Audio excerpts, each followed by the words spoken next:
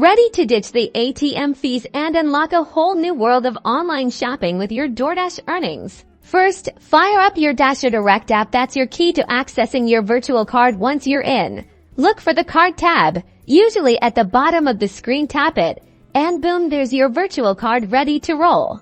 Now, for the magic, let's say you're snagging that sweet deal online. When you get to the payment section, simply copy and paste the card number, expiration date, and CVV directly from your DasherDirect app into the required fields. This virtual card works just like a regular debit card for online purchases. Use it for streaming services, online shopping, food delivery, or anything else where a debit card is accepted. Keep tabs on your spending by regularly checking your transaction history within the DasherDirect app. This is a great way to ensure accuracy and identify any unauthorized activity immediately.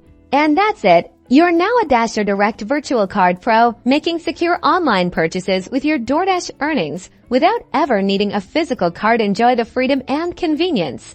And happy dashing! Don't forget to like and subscribe for more tips.